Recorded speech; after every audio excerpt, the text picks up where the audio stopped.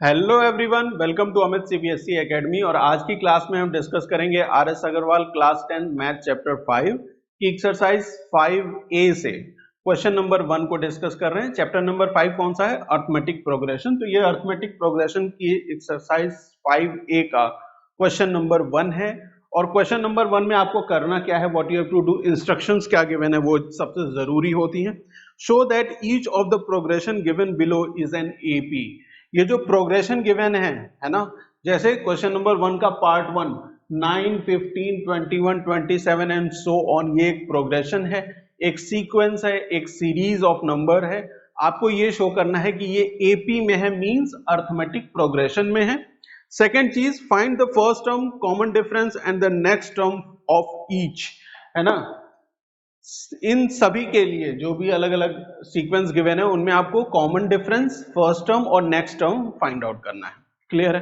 तो सबसे पहले बात तो ये आती है कि जो भी सीक्वेंस ऑफ नंबर आपको गिवन है वो अर्थमेटिक प्रोग्रेशन में कब होंगे। वो अर्थमेटिक प्रोग्रेशन में तभी होंगे जब फर्स्ट टर्म में आप कोई एक फिक्स नंबर ऐड करेंगे सेकंड नंबर पाने के लिए, सेकंड नंबर में एक फिक्स नंबर ऐड करेंगे थर्ड नंबर को फाइंड आउट करने के लिए, थर्ड नंबर में एक फिक्स नंबर ऐड करेंगे फोर्थ नंबर को फाइंड आउट करने के लिए। मैंने क्या कहा कि एक जो सीरीज है वो अर्थमेटिक प्रोग्रेशन में तभी होगी जब आप फर्स्ट नंबर में, यहाँ पे 9 है, उसमें एक फिक्स्ड नंबर ऐड करेंगे ताकि आपको क्या मिल जाए, सेकेंड टर्म। सेकेंड टर्म में एक फिक्स नंबर ऐड करेंगे थर्ड टर्म फाइंड आउट करने के लिए, और थर्ड टर्म में एक फिक्स नंबर ऐड करेंगे फोर्थ टर्म फाइंड आउट करने के लिए, एंड सो ऑन। तो इसका मतलब कि इसमें एक फिक्स नंबर ऐड हो रहा है, यहां एक फिक्स नंबर ऐड हो रहा है, यहां एक फिक्स नंबर ऐड हो रहा है।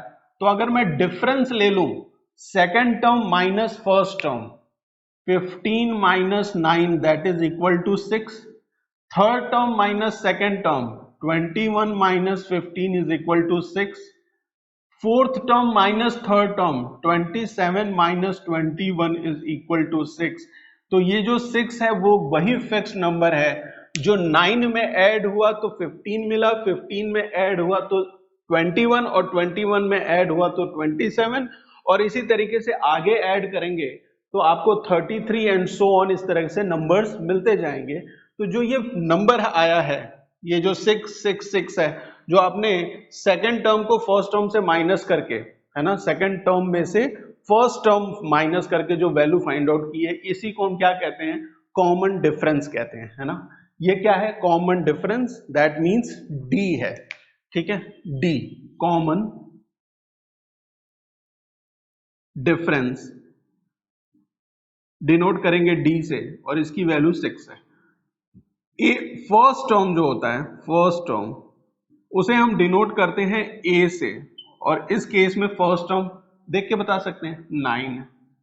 ठीक है, नेक्स्ट टर्म अगर फाइंड आउट करना है तो मैंने क्या बताया कि जो भी आपको सीरीज गिवन है एक बार फिक्स हो जाए कि वो अर्थमेटिक प्रोग्रेशन में है। कैसे पता चलेगा? कॉन्जिक्यूटिव टर्म्स को माइनस कर लीजिए। देखिए, ये वाले 15 में से 9 माइनस करिए, 21 में से 15, 27 में से 21, इस तरीके से। अब ये मत करिएगा कि 27 में से 15 माइनस कर लीजिएगा, ऐसा नहीं, दो लगातार टर्म्स को माइनस करेंगे आप। ठीक है, तो ये जो कॉमन डिफरेंस जब सेम आ जाएगा तो वो क्या हो जाएगा, एपी में होगा। पहली चीज, ये जो सीक्वेंस गिवन है वो एपी में है क्योंकि इसका कॉमन डिफरेंस सेम है ना। कॉमन डिफरेंस पता चल गया, ए जो है फर्स्ट टर्म होता है, तो नेक्स्ट टर्म फाइंड आउट करने के लिए ये फोर्थ टर्म है, इसमें आप क्या करेंगे, 6 ऐड कर देंगे, तो नेक्स्ट टर्म जो हो जाएगा that is equal to 27 plus 6 that is equal to 33। तो यहां वैल्यू क्या आ जाएगी, 33 एंड सो ऑन। ठीक है, क्लियर है, बात समझ में आ गई, है ना। सेकेंड पार्ट पे आते हैं।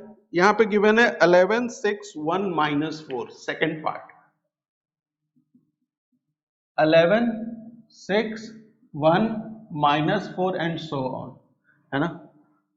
ठीक है, तो सबसे पहले तो ये चेक करके बताना है कि क्या ये अर्थमेटिक प्रोग्रेशन में है ना, क्या ये अर्थमेटिक प्रोग्रेशन में है। तो second term minus first term, 6 minus 11 that is equal to 5 negative में, 1 minus 6 third term minus second term that is equal to -5, fourth term minus third term -4 -1 that is equal to -5। Common difference, ठीक है, common difference जिसे हम denote करते हैं D से, इस case में क्या है, -5 है, ठीक है, इस केस में क्या है, -5 है। और फर्स्ट टर्म, अब तो ये -5 आ गया, कॉमन डिफरेंस सेम है, तो इसका मतलब ये जो सीरीज, ये जो सीक्वेंस, ये जो प्रोग्रेशन गिवन है वो किस में है, अर्थमेटिक प्रोग्रेशन है ये, है ना, एपी है ये।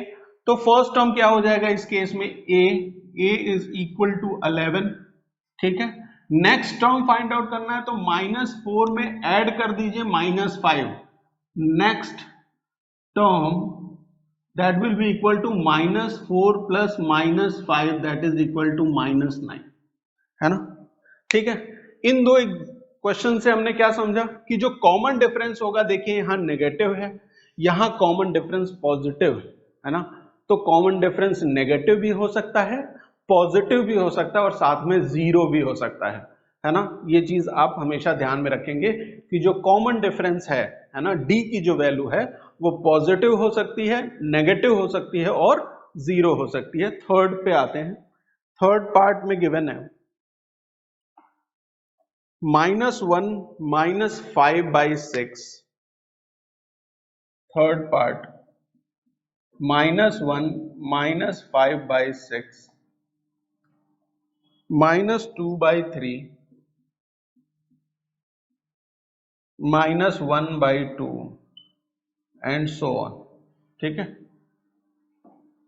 तो अभी तक तो आपको समझ में आ गया होगा कि सबसे पहले क्या फाइंड आउट करेंगे, common difference, second term minus first term, -5/6 -1 that is equal to -5/6 +1, minus और माइनस प्लस हो जाएगा ना, तो यहाँ पे एलसीएम क्या आ जाएगा, 6, और ये -5 यहाँ पे प्लस ये 6 क्या हो जाएगा, यहाँ पे 6 आ जाएगा, ठीक है, क्योंकि 1/1 है ना, एक तरीके से एलसीएम आपका 6 आ गया, 6 × 1 इज 6, तो -5 × 1 -5 हो गया, और 1 × 6 होता है 6, तो 6 × 1 6 हो गया, क्या वैल्यू आ जाएगी यहाँ पे, 1/6 आ गई।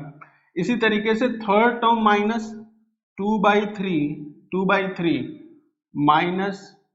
-5/6 करेंगे, तो ये माइनस और ये माइनस प्लस में हो जाएगा, है ना, तो एलसीएम क्या आ जाएगा यहाँ पे 6, ये माइनस और ये माइनस प्लस में हो गया, तो याद में रखिएगा बीच में प्लस साइन आएगी। 3 2 जा 6 होता है, 3 2 जा और 2 2 जा 4 -4, और यहाँ पे क्या है 5 है ना, तो ये भी वैल्यू क्या आ गई 1/6। तो आपने देखा कि जो कॉमन डिफरेंस है ना, डी है, D that is equal to 1/6।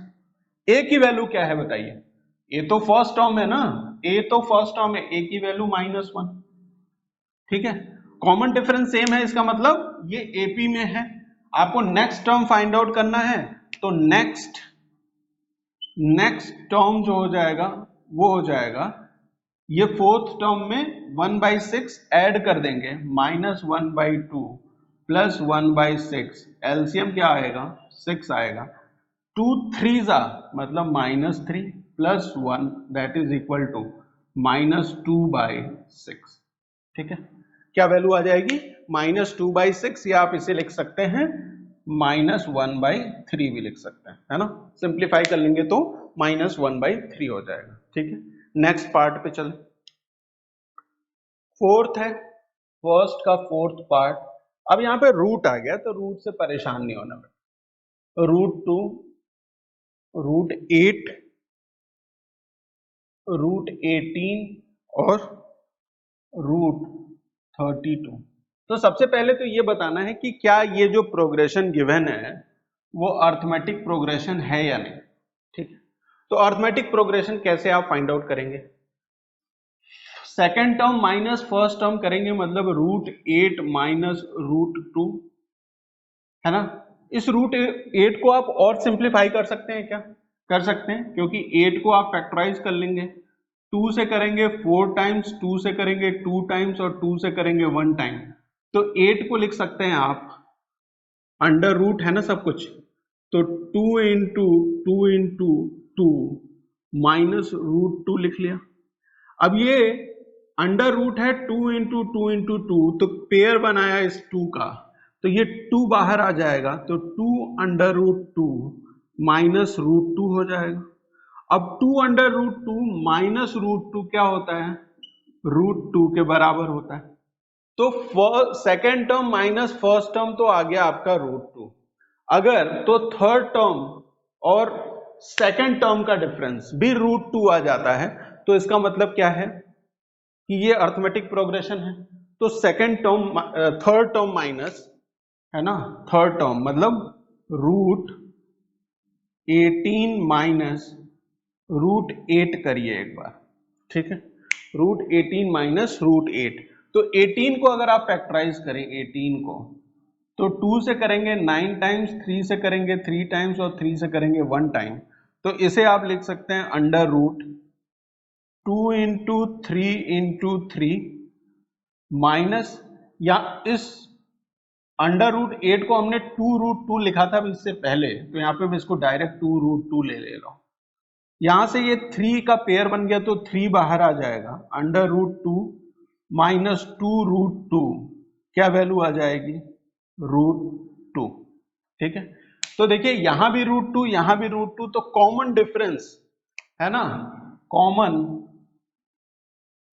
Common difference D क्या है, रूट 2 है, ठीक है, क्लियर। ए फर्स्ट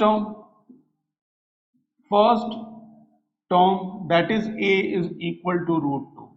आपको नेक्स्ट टर्म लिखना है, नेक्स्ट टर्म वो क्या हो जाएगा, ये fourth term plus common difference, मतलब अंडर रूट 32 प्लस रूट 2, है ना।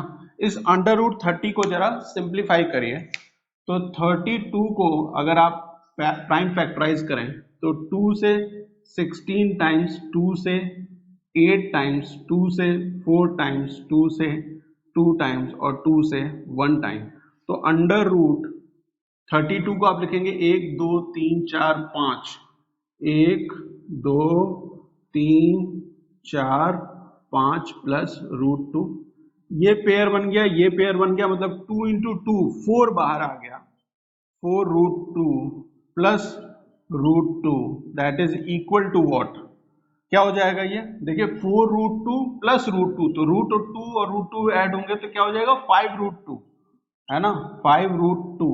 और 5 को अगर अंदर ले जाएंगे तो आप अंदर में क्या ले जा रहे हैं, आप चाहें तो यही लिख सकते हैं नेक्स्ट टर्म, कोई प्रॉब्लम नहीं है, 5 रूट 2 इसका नेक्स्ट टर्म है। लेकिन अगर आंसर ना मैच कर रहा हो तो इस 5 को रूट के अंदर ले जाएंगे, इस 5 को रूट के अंदर ले जाएंगे, तो ये 5 अंदर जाके क्या हो जाएगा, 5 इंटू 5 हो जाएगा, है ना, क्या हो जाएगा ये 5 इंटू 5 इंटू 2, 2 पहले से है, 5 इंटू 5 हो गया, क्योंकि 5 इंटू 5 हुआ तभी तो ये 5 बाहर आया हुआ है ना, तो यहाँ पे 5 इंटू 5 है, पेयर में है ना, तो 5 5 25 इंटू 2 इज रूट 50, ठीक है। नेक्स्ट टर्म क्या आ जाएगा, रूट 50 आ जाएगा, क्लियर है, कोई दिक्कत नहीं, है ना, समझ में आ गया। जो ये रूट वाले टर्म्स होते हैं ना, तो थोड़ी बहुत रूट का आपको प्राइम फैक्टराइजेशन करके इस तरीके से फॉर्मेट में लिखने आना चाहिए, इस तरह के क्वेश्चंस को प्रैक्टिस करिए, ठीक है। नेक्स्ट एक लास्ट पार्ट है, उसे भी सॉल्व कर लेते हैं। फिफ्थ पार्ट में, है ना, फिफ्थ पार्ट में गिवन है कि यहाँ पे जो under root 20, under root 45, under root 80, under root 125, ये जो सीरीज है आपको बताना है क्या ये अर्थमेटिक प्रोग्रेशन है या नहीं है, सबसे पहले तो ये, फिर कॉमन डिफरेंस और फर्स्ट टर्म और नेक्स्ट टर्म भी बताना है, ठीक है। तो सेकंड, अभी तक आपको ये चीज समझ में आ गई होगी ना कि कॉमन डिफरेंस कैसे फाइंड आउट करते हैं, second term minus first term, 45 root के अंदर 45 माइनस रूट 20। अब ऐसे डायरेक्ट तो ये सब्सट्रैक्ट नहीं हो रहा, उसके लिए क्या करते हैं कि 45 को जरा फैक्टराइज कर लीजिए, तो किससे करेंगे, 5 से करिए, 5 9 जा, फिर 3 3 जा और 3 1 जा। इसी तरीके से 20 को भी फैक्टराइज कर लीजिए, तो 4 से 2 से करिए, सॉरी प्राइम फैक्टराइजेशन कर रहे हैं ना, 2 से करेंगे 10 टाइम्स, 2 से करेंगे 5 टाइम्स और 5 से करेंगे 1 टाइम, ठीक है। तो इस 45 को हम लिख सकते हैं 3 इंटू 3 इंटू 5 माइनस 20 को हम लिख सकते हैं 2 इंटू 2 इंटू 5। ये पेयर बन गया, ये पेयर बन गया, बाहर आएगा तो 3 बाहर आएगा, 3 रूट 5 माइनस यहाँ पे क्या बाहर आएगा, 2 रूट आ गया बाहर, तो 2 रूट 5 माइनस करेंगे तो वैल्यू क्या आ जाएगी, रूट 5 आएगी।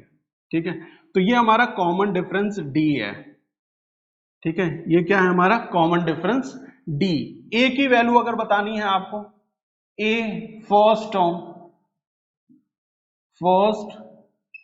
टर्म अगर बताना है, बताइए, देख के बता सकते हैं, रूट 20 हमारा फर्स्ट टर्म है। नेक्स्ट टर्म फाइंड आउट करना है, नेक्स्ट